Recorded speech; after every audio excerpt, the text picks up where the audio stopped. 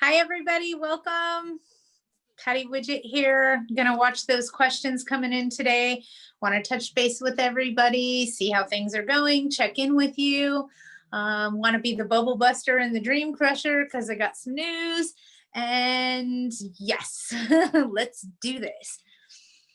So just so everybody's aware, I just got notification from some of the staff at Fast Evictions in the office that some notices of default have been issued in LA County. So we're starting to see the courts issue those notices of default. We are seeing sheriffs canceling lockouts to abide by the city's moratorium. I'm sorry, I misspoke, the county's moratorium. But we are seeing some defaults being issued by the court. So again, breath of fresh air. It's getting us lined up for that January 31 deadline. Hopefully it doesn't get extended again, and we will be able to pursue evictions. Other things that I could talk to you and tell you about today.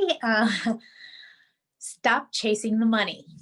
It's as nice as I could say it. Stop chasing it. It's not due yet, okay?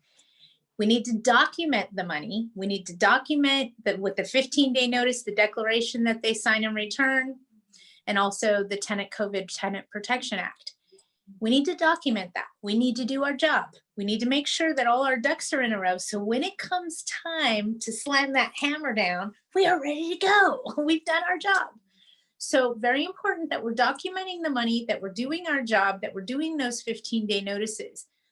But stop chasing it. In other words, stop going there, banging on their door saying, you got to pay me 15%. You got to pay me 25%. You got to do 25% of the rent is due on or before January 31st. As it sits right now, the remaining 75% is due the next day on February 1st. The likelihood of them extending this bill is high. The date they're talking about extending the 75% of the rent till is February 1st, 2022. Okay? The money isn't due yet. Stop chasing the money. Go into the units. Go see what they're doing wrong. Do a preventative maintenance inspection because you have to be able to provide habitable premises. So get in there, see what's going on. Some of the key things people ask me is, what am I looking for? What's the first thing we all do when we buy a new house or we move into a new rental? What do? What's the very first thing we do? We change the locks. We don't know who has a key. Tenants do the same thing. Okay, just saying. Could that be considered a modification of the property without written consent of the landlord? How about mounting a flat screen TV to the wall? The TV itself is still their personal property, but the device that they mounted into your studs to hold that TV, that would be a modification. That also becomes real property because now it's attached to your foundation. Okay, you with me? Painting. You gotta have enough teeth in your long laundry list of all the violations that they're doing wrong, because you're asking a judge in a court of law to defy a government order to shelter in place based on what's going on in your unit. So you don't want to have on there, they had a sink full of dirty dishes when I inspected. They lived there. That's what they do. They live there. Do you have a sink full of dirty dishes in your house right now? Just saying. So be mindful of that. Be careful with that. Think about what you're asking. You don't want to go try to evict them because there's 2 stains on the carpet and a sink full of dirty dishes. The judge just isn't gonna, that's not gonna happen. Let's be honest. We want the teeth. A good basis for this, you guys, is an arrest at the property. Police activity at the property, dates, times, witnesses, incident numbers, what's going on, okay? Nuisances, damages to your unit. Okay. Remember, it's got to be extensive enough for a judge to award it to you. If it's not, we shouldn't even be filing the case if it's for some dirty dishes in the sink, an oil stain in the driveway, and a spot on the living room carpet. It just, I get where you're coming from. I know you're bleeding money, but if they're not doing anything wrong, that's not your plan of attack. Okay. If you get in there and for the most part, they're taking good care of the property and the property is in good condition and you really need the property back, you may want to consider offering them cash for keys. You may want to consider buying them out. And as much as I could tell you guys this, stop listening to this person and that person and this person in the news and this. I'm telling you, instead of listening to what other people are saying, pay attention to what's going on. I'll give you an example. Back in March of this year, God love March, we were told by our governor that we needed to shelter in place for 3 weeks for our own safety. Well, that was 10 months ago. Just work with me here. We're now being told that for our own safety, we need to shelter in place for 3 weeks. Do they really mean 10 more months? I don't know, but listen to what we're being told. Pay attention to what's happening instead of just following that one person, okay? And I'm saying that even about myself. I'm asking you just to look at what's going on. Look at what's happening in our country. Look at what's happened in other countries. What about China? What about Italy? They've been on lockdown twice now, lost almost their entire senior community.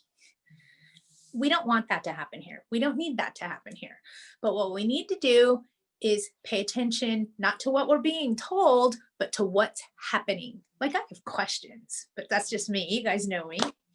Why on earth can Lowe's and Home Depot stay open as an essential business, but the mom and pop hardware store has to close? Make sense? Good. I'm glad we're all on the same page.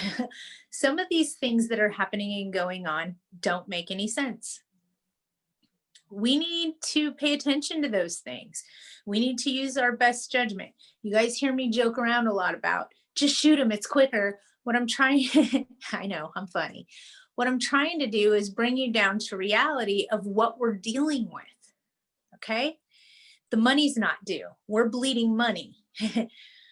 They have all these protections and we as landlords don't. Exactly. That's what's happening. So we don't need to start thinking outside of the box. We need to get outside of the building. And a lot of people have a lot of trouble when I say, what about cash for keys? Have you considered it? I'm not giving them a dime. They owe me $16,000. Okay, hear yourself? They owe you $16,000 and we're being put on lockdown for 3 weeks for our own safety. Do we really think it's going to be 3 weeks? If we're 10 more months in, instead of them owing you $16,000, they're going to owe you $32,000. Now paying them to get out doesn't sound so bad, right? Just saying, definitely something to think about. If a cash for keys negotiation is the way that you're headed, please, please heed my warning. It must be done by the owner of record directly. And if you've messed up the landlord-tenant balance, the likelihood of you as a landlord being able to pull that off with the tenant is very low. I'm just saying. You're most likely just going to slam the door in your face every time you go to talk to them because they think you're there for the rent, okay? So landlords can do it, the owner of record directly, a licensed sales agent, a licensed real estate broker, or your attorney. That's it.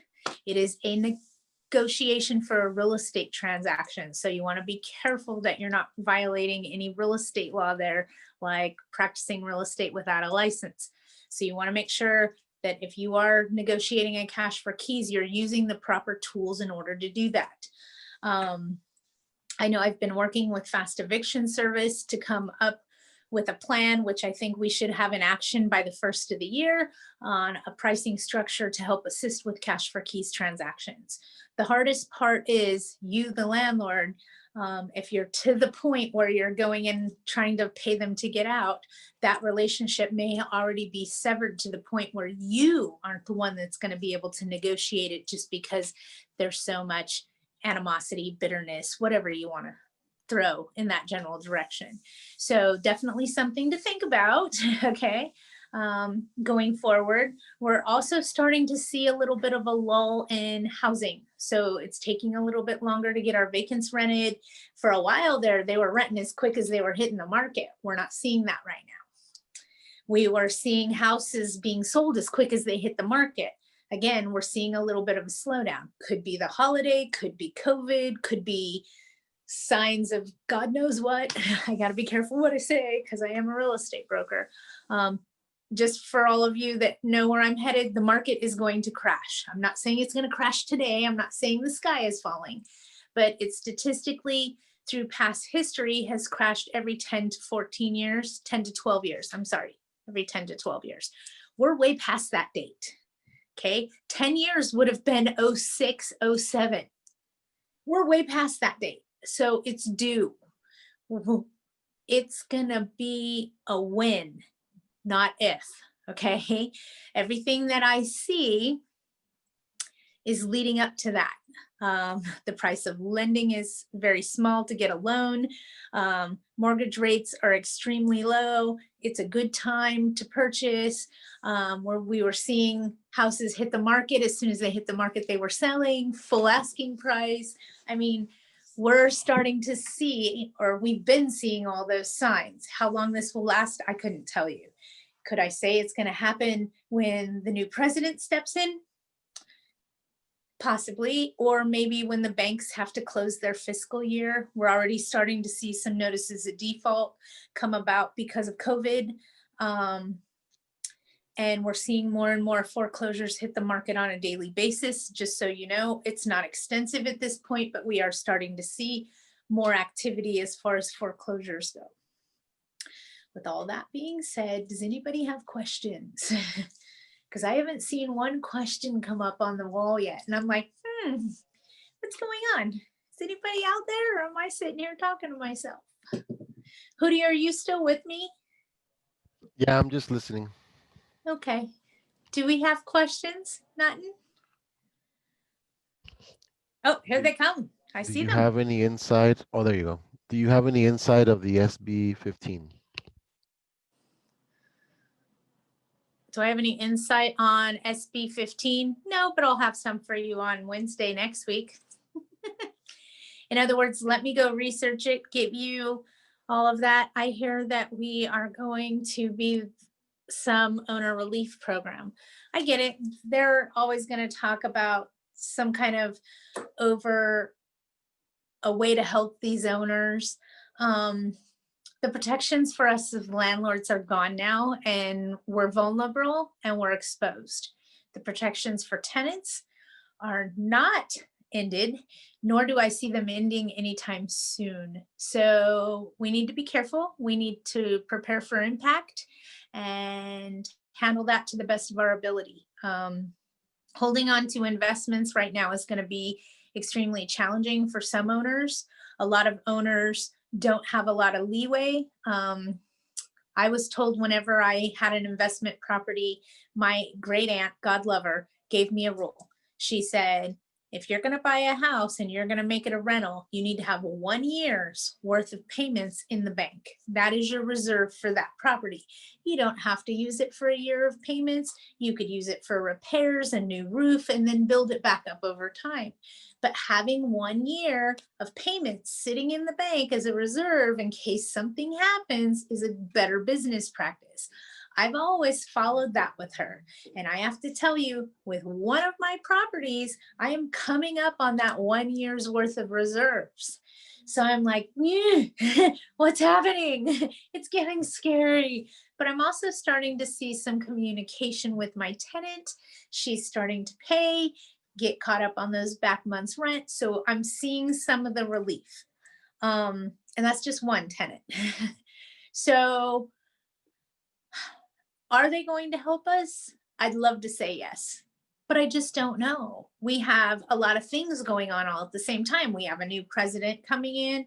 We have an old president going out. We have some changes going on. We're getting hit with round 2 of COVID. I mean, there's a lot of stuff that's happening. We have a lot of moving parts. My biggest concern is that they're going to extend the AB 3088, the COVID Tenant Protection Act, and make that 75% of the rent due in February of 2022. Not next year, the year after. Okay. I'd love to tell you how I think that's going to go, but the reality is I don't, and I'm not trying to scare you. Yes, I want to prepare you for worst case scenario, and then if that doesn't happen, we all have much relief. But it's going to get bad. It's going to get worse. China has been on lockdown 3 times, and they are suffering from the worst economy they've had since the 70s. So I anticipate that we're going to see a lot of things get worse before they get better. Any more questions? Yes. Yes, I get it. I too have tenants that aren't paying the rent in full when they're supposed to. I too am feeling that. I'd like to tell you guys that we're all on the same boat, but the reality is we're not. We're not all in the same boat. We're all in the same storm, but we're on different kinds of boats. Some of us have properties that are paid for free and clear, and they can't get their tenant out and their tenant won't pay. And we laugh, well, their property's free and clear. You're right. And that rental income is their only source of income. So now they don't have groceries and they can't pay their electric bills. So it's affecting them in that manner. Again, we're not all on the same boat, but we're all in the same storm. We're affected by it differently depending on what our circumstances are. And we need to keep that in perspective so that we have a better understanding of what's happening around us. I mean, who knows what's going to happen? I mean, oh, the vaccine's here. How many people are willing to take that? How many people don't want to take it? I mean, they can't force us to. I see something from Karen. Let me see what that says. A tenant gave me a COVID letter for December, but paid in full on time. Would I need one for January if they fail to pay? Yes. How that works is every month they should be getting a 3-day notice, a covenant or a COVID relief act. So you still have to disclose to them the relief act every month as well. And then the declaration. I'm going to put this real simple for you. The way the law is written says that if the tenant's been affected by COVID, the word is affected. We've all been affected. Did you have to go buy a mask? Do you have to wear it in public when you go to the store now? You've been affected. I've been affected. Everybody has been affected. It's a big, broad term that can be litigated and argued in court, okay? With that being said, that we're all affected, again, we're all in the same storm. We have to be very cautious with how we proceed with that. We can't be banging on their door asking for their tax returns and their bank statements to prove it. Quite frankly, that's none of our business. However, it is something that our legal counsel could ask for if they decide to propound discovery in the legal process. So there could be a time and place for that, but you banging on their door, stop it. That's not cool. Be quiet. Wait until that time comes and let your legal counsel handle it for you. That's what we pay them for, okay? Don't expose yourself with your mouth and your frustration, because then you break that tenant landlord balance, and the further you break it, the more costly it becomes for you. They get angry. They have more rights than we do. They put their foot down and we pay for it. It costs 2 of the most expensive things we have in this industry. One is time and the other one is money. Okay, so be careful of what comes out of your mouth. Do a lot of listening, a lot of smiling, a lot of understanding, but not a whole lot of talking. Thank you for bringing that to my attention. I'll let my partner know. I'll let my attorney know. I'll let my whoever know, buy time and I'll get back to you. I mean, it's just a better business practice than being put on the spot and saying the wrong thing. They teach us something in corporate America and it's called customer service skills. But in reality, I'm here to tell you it is to teach you how to be plastic face, okay? Because no matter what they're telling, we can't react. We can't use our mouse. We have to listen, absorb, and then react. So we do a lot of this. Oh, I see. And then what happened? So my kids call it my plastic face because they could tell me some horrible news and I'll just look at them and go, I see. And that's just me being trained in this industry for so long. Okay. I have a problem though. My eyes tell the story. Sometimes they bug out of my head really big as I go, oh my God, what are they telling me? It's taking my breath away, but I still have to absorb this and react accordingly. So try to do that. Try to practice plastic facing so that our emotions and our frustrations aren't written all over our faces when we go to speak back to them. As nicely as I could tell you this, remember, your business doesn't work without them. So keeping that business relationship right, we need them, okay? We need them so that we can make the mortgage without having to dig into our reserves. So we want to play as nice as we possibly can, and we want to be as understanding as we possibly can. And when it comes time to slam that hammer down and force it down, we want our attorney to do that. It's not our job. So we still remain the nice guy, and the attorney is now the bad guy doing this. So just another way to approach it. Keeping that balance right is key right now, and it can be tricky depending on what they're throwing at you. I have an eviction case open. Should I deliver a 15-day notice and declarations to the tenant? Absolutely not. Once you get involved in legal, you do nothing without your legal counsel's direction. Usually they'll notify you, oh, we need to serve this, we need to serve that.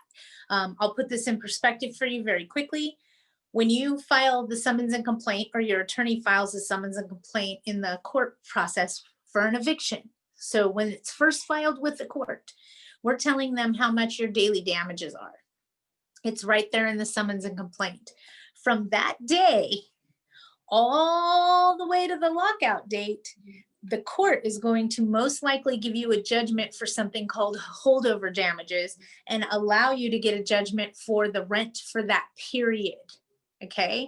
Because you're in the legal process. So from the time the case is filed all the way to the lockout, you'll most likely get a money judgment for your daily holdover damages that you listed in the summons and complaint, covering those rents. So don't serve any notices while you're in litigation on any case, unless your attorney tells you to.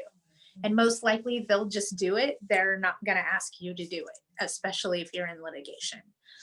Also, be careful that you're not telling other residents in the community, oh, don't listen to them, I'm evicting them. You're disclosing personal private information. Don't do it. Be cautious. Be cautious with what comes out of your mouth, okay? We don't want to be made of an example of in these times. They're still a little uncertain for us with everything going on with COVID. Fair housing, what's discriminatory, what's not discriminatory, how long do we have to wait after a global pandemic to terminate tenancy and it not be considered retaliation? These are questions we can't answer yet because we're not to that stage of this pandemic yet. Once the state starts to open up, we'll be hearing from the Department of Fair Housing. They'll be notifying us when we can terminate tenancy and it not be considered retaliation, when we can raise the rents and it not be considered retaliation.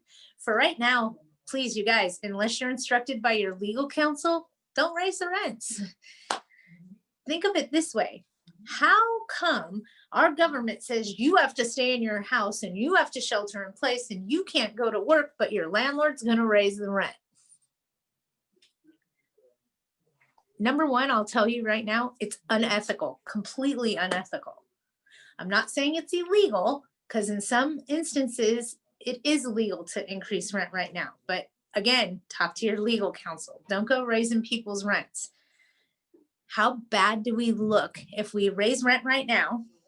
And I'm giving an example. 6 months from now, we find out, oh, we couldn't have raised the rent. So now we have to eat crow, write a letter to the tenant telling them all the overages they paid are now a credit on their balance. And now we look like we don't know what we're doing.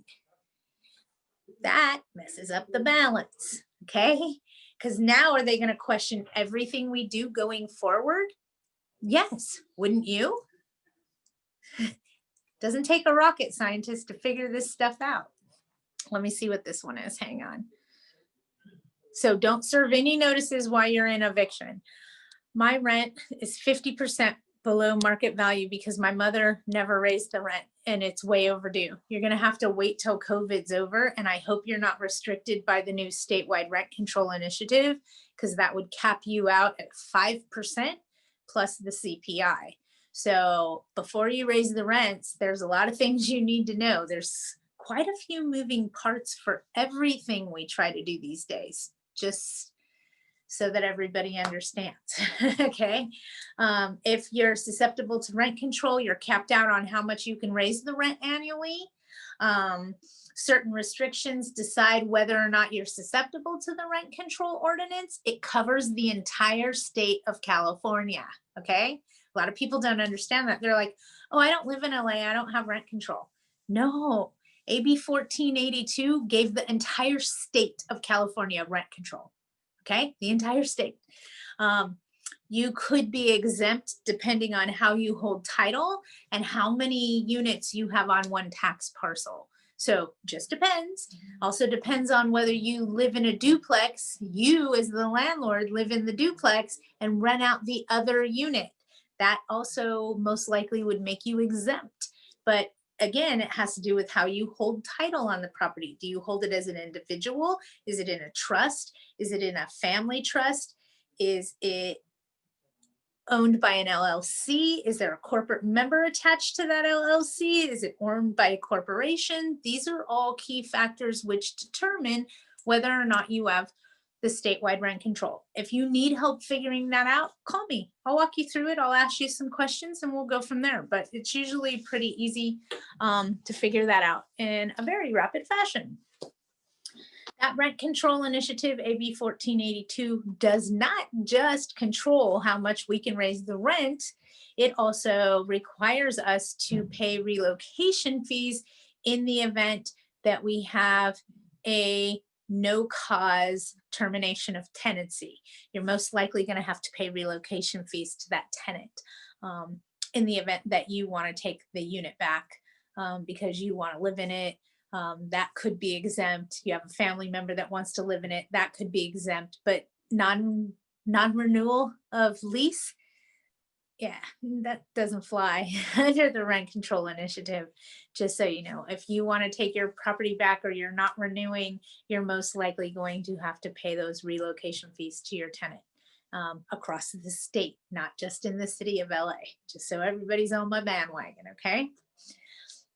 Do we have any questions, any more questions? Yes, Patty, hi. I have a question. Sure.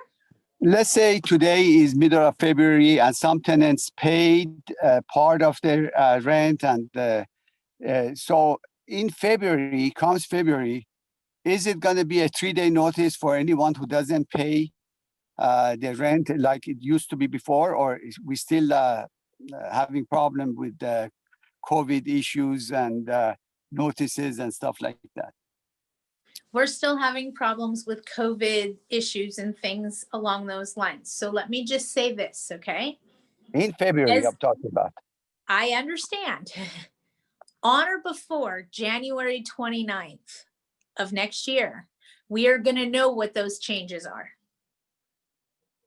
In other words, are they going to extend the 75% of the rent due? Most likely, yes. They're already talking about it being extended to February 1st of 2022.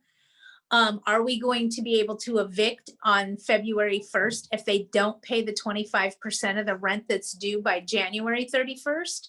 It depends on how they rewrite that bill. That bill will be rewritten or amended, or we'll have a new law in place on or before January 29th. Why do I know that? And why do I say that? Because January 31st is a Sunday. The courts aren't open, litigation isn't open, nothing's open on Sundays. So they would have to amend it during business hours. That's why I say on or before January 29th at 5 p.m., we'll know exactly what the rules are going forward. Until then, we don't know. My question, are- excuse me. Go ahead. My question is this. Let's say everyone, your tenant paid everything up to January 31st. Now it comes to February, and all of a sudden he doesn't pay anymore. So are we affected by again the 3-day The notice? way that it's 15 days? written, the way that it's written right now, that bill expires on February 1st. So it would go back to the old way. Do I think that's going to change? Yes. Do I think that they're going to completely remove a 3-day notice to pay rent or quit for residential dwellings? Absolutely. They've been trying to do it for the past 2 years, and we've won every time they've brought up this ridiculous 15-day notice. But because of COVID, they were able to slip that in there and make that part of the bill. Do I think that a 3-day notice to pay rent or quit for residential property is now gone? Absolutely. They've been trying to pass the 15-day notices law for several years now. COVID is the excuse they got to make it happen. Do I think we'll get that 3-day back? It's highly unlikely. Or my next question, if I have a property under family trust, but it's a large property and it's more than, I guess, 20, 30 units, is it going to be under the state rent control law still? Absolutely. If you have more than 2 units on one tax bill and you don't live in it, let me put it this way. How it's written is if you have a duplex and the owner lives in one, the other one doesn't have rent control. If you have a triplex and the owner lives in one, the other 2 units absolutely have rent control. So if you have 30 units on one tax bill in a multifamily community, you absolutely have rent control. Thank you, Patty. That's all. Nope, no problem. Makes it easy. Anybody else have a question for me? I'm just gonna look because I saw something come through. Question, if you do a cash for keys, can you still sue them in small claims for the past due rent balance? Depends on what your cash for keys agreement says. Paying attention? It depends on what your cash for keys agreement says. Do I think it's unethical for you to pay them to get out and then turn around and sue them for the money they owe? Absolutely. It's unethical. It's not right. Patty, I'm worried about if you do cash for keys, other tenants will learn not to pay the rent, to just get more money and enjoy it. I understand your concerns. We all have concerns, but my bigger concern is that you'd lose your house to foreclosure before you could complete the legal process to gain possession. Make sense? I get where you're coming from. I completely agree with you and I understand, but looking at the big picture, how long can you hold on before the bank forecloses on you and you lose the property? So that's where, with me, cash for keys comes in. What if a single family house, tenant lease is already expired? How can we get the house back? Owner needs it for her own. Tenant refuses to move. 9 months. Okay, the lease has no bearing. The fact that they're on a month to month now has no bearing. My question to you, Joy, is what city are they in? The owner wants to take the property back, so you could do a 60-day notice to terminate tenancy that the owner intends on permanently removing it from the rental market. That is one of the reasons we can do that. However, you need to know this. If you intend to live on it or a family member intends on living in the property, you're removing it from the rental market for a period of 5 years. Okay, if you take it off for a week and put it right back on, chances of them finding that advertising, sorry, somebody was calling me, I apologize, that advertising and using it against you, could they sue you? Absolutely. Could they sue the pants off of you? Absolutely. So you want to be very careful with that. If you're removing it permanently from the rental market to move in a family member, something along those lines, there is a time period that that has to follow, and it could be anywhere from 3 to 5 years, depending on what you're trying to do. So definitely contact your legal counsel and find out for your area what specific amount of time you need to be off that rental market with that property. The owner wants to move in, then go ahead and serve them. And as soon as the courts allow it, you can most likely pursue an eviction based on their failure to vacate, that the owner has a family member that wants to move in.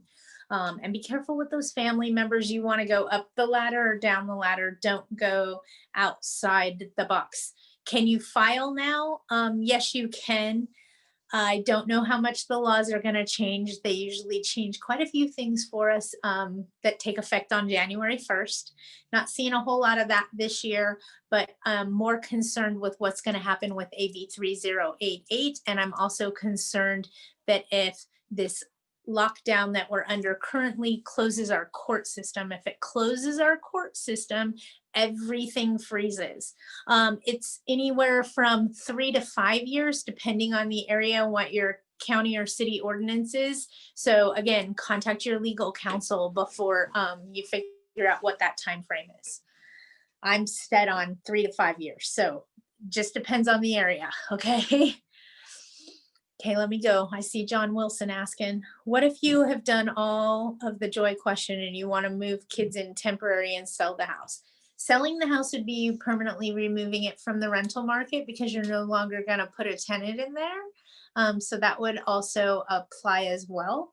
One of the things that is extremely helpful right now, and I'm choosing my words carefully, is it is a violation of our civil rights, my civil rights, if I can't sell my property. With that being said, if you have an escrow open, and it has to be open, you can terminate tenancy with a 30-day notice to terminate tenancy based on the sale of the property and the fact that an escrow is open. You also want to make sure that in the event that you are in escrow, and it all depends on what your purchase agreement says, what that final agreement says before you guys all agreed that they were going to buy your house and you opened escrow. If you have to provide a vacant unit and the courts are closed, it makes it challenging because how can you do an eviction? Okay, just saying. So something you need to think about, talk to your real estate agent about, talk to your broker about. If the buyer wants to go ahead and move in or whatever they're going to do with the property, then I would most likely take that 30-day notice and hypothecate it through escrow, or assign it, if you will, through escrow to the buyer so that the buyer can continue on without eviction should they need be. That's ideal, is we want to hypothecate them the notice and make it all a them problem and no longer a you problem. Okay, that's the idea here. So you want to make sure that you're in communication with your sales agent, whoever's representing you in the purchase of the property, the sale of the property, but hypothecating that notice and letting them pick up the pieces. And why am I telling you this? I'll make it simple. Only the owner of record can evict a tenant. Okay.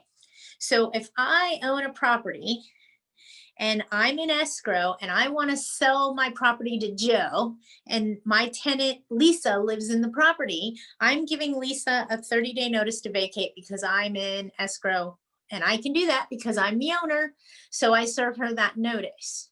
As soon as escrow closes and I don't own the house anymore and Joe owns the house, Joe can't serve that notice because escrow closed. So it slams the door on him. He also can't use my notice that I started this with if I didn't hypothecate it or assign it through escrow to him as part of the purchase of the property, because I'm no longer the owner of record. So that notice isn't good. Does that make sense? So you want to make sure that you're hypothecating or assigning that notice to the buyer so that they can continue running with that notice you originally served. So very important step there. I saw something else. Let me go back and see what it says. If you did manage to sell and move on, can you still sue the tenant in small claims after you sell the property? Absolutely. Absolutely. If you sell the property, as an example, and you sell the property and it closes escrow on December 31st, okay? And your tenant hasn't been paying rent. Starting January 1st, the rent is not owed to you, but all that back rent is still owed to you. So come March, you can file the small claims and sue them in small claims court for the money they owe you. They owe you all the back rent until escrow closes and it's not your house anymore. Make sense? That money's all your money. Going forward, that's all the new buyer's money. Okay. Hope that helps answer that question. And then I saw another one, so just bear with me. I'm trying to go back through them. I need access to the house for painting and fixing. It's hard to sell as is with tenants in the home. I understand you can serve a 24-hour notice to enter to do necessary or agreed upon repairs, preventative maintenance. If the tenant isn't allowing you entry to get into that property, you want to contact your legal counsel. It most likely is a violation of your written rental agreement, but also a violation of California state law. California Civil Code 1954 is the right to entry. So again, you can't send them a text message or an email saying you want to come in. It's a physical piece of paper. Oh, it's got to be on a piece of paper that you go post on the door, physically hand to them. Remember, the courts don't recognize text messaging, email, things like that as being service of proper notice. So we want to make sure that if we're doing this properly in the process and the procedure that the court recognizes, because when it's all written in the way they like it, then it makes your life a lot easier when you're up in front of a judge and tenant attorneys. Any more questions, you guys? Getting quiet. I am going to do a Wednesdays with Widget next week. I don't think I'm going to let the holidays slow me down, and I'm going to hit it hard in January every Wednesday for you guys, because I got to, and as soon as we have a change or an update on AB 3088, we'll be having another webinar, and I'll make sure that you guys all get an email about that so that everybody understands what the new rules are, what we can and can't do, etc. So please make sure you join us. You can sign up on my website at Widget's Way in that banner for bringing 2020 to a close. We're going to talk more then on the 30th at noon about what we foresee potentially happening going forward into 2021, because COVID is just now starting to show its head. Okay, we're just now starting to see this. Our hospitals are getting overflowed. We didn't have this before. So now that we're seeing that the hospitals are getting inundated with these cases for COVID, this is when we need those Navy ships to come back. This is when we need that help. It wasn't back in April when they sent us all that stuff. We need it now. So it should be pretty interesting going into the new year, seeing how this all plays out. Hang on, I saw a couple more chats come through. Is there a landlord abuse hotline? Yeah, call me. I'll listen to you. I'll tell you what's going on. I like that. The landlord abuse hotline. Is it worth doing this? Ask to enter if you're in the middle of an eviction. No, if you're in the middle of an eviction, you don't want to serve your tenant anything or have any communication with your tenant. If your tenant contacts you and you're in legal process, you need to tell them, or you should tell them, I'm sorry, I can't discuss anything with you. You need to call my legal counsel, so that you don't say the wrong thing. Very important that you do that. So don't serve any notices unless your attorney advises you to. Your attorney could advise you to serve a 24-hour notice to enter in the event your tenant files an answer and complains about habitability issues. But again, once you start that legal process, you want to take all the direction from the attorney that's representing you in court. They need to handle it from there, because this is what we pay them for. They are the expert in the field. They know how it goes in the courtroom. They know what needs to happen. So you want to take all your direction from your legal counsel and not try to figure this out if you're already in that legal process, okay? If you're in the legal process, you do nothing unless your attorney tells you to, Okay. And if your tenant calls you and starts telling you, oh, I need to talk to you, what is this in regards to? Because I'll tell you right now, if they have a repair request, they have no hot water, you need to address that. Okay. Call your attorney and tell them what happened. And they're going to tell you to address that because you have a responsibility as a landlord to provide habitable premises. So if they're calling about repairs, you need to address those. But by all means, communicate with your attorney if you're in the legal process. If you're in legal, you want a full direction from whatever your attorney says. Okay, I hope that answered that question. If nobody has anything else, I'm going to close it for this week and we'll be back next Wednesday. Obviously, which is closer to Christmas. Maybe we'll have some updates. Hold on. To confirm, in LA County, we can ask for the property back on an expired lease for the owner to move in. Double check with your legal counsel, but you should be able to terminate tenancy based on that. And I'd contact them because they do have a no eviction moratorium right now. And I believe the moratorium states that the landlord cannot even endeavor to evict. Big legal term, I got you. What it means in simple English is don't even think about it. In other words, if you serve a notice right now, when there's a no eviction moratorium, the chances that that notice is null and void are very high. So again, contact your legal counsel if you're trying to terminate tenancy right now. I know for a fact you can most likely do the one for escrow. Okay, that is the only one I'm more dead set on because that has to do with our civil rights. We should have the right to sell our property. But as far as serving a notice when there's a no eviction moratorium, that most likely notice is going to be null and void. You're probably going to have to wait until after January 31st when the moratorium is lifted, if the moratorium is lifted, and then serve them the notice to terminate tenancy once we don't have a no eviction moratorium. So I would definitely talk to your legal counsel. And if it's something you need to get into now, you may want to consider that cash for keys. Okay. Anybody else have a question? If you do, type it for me. Otherwise, I'm gonna, oh, thank you, Karen. I try. But yeah, the way the LA moratorium reads for no evictions is it clearly states that the landlord may not endeavor to evict, which basically means don't even think about it. So if you serve a notice and the tenant doesn't get out, the notice is bad. If the tenant gets out on the notice you've served, hit the easy button. Okay, I mean, hey, they got out. It just may be unenforceable. Okay.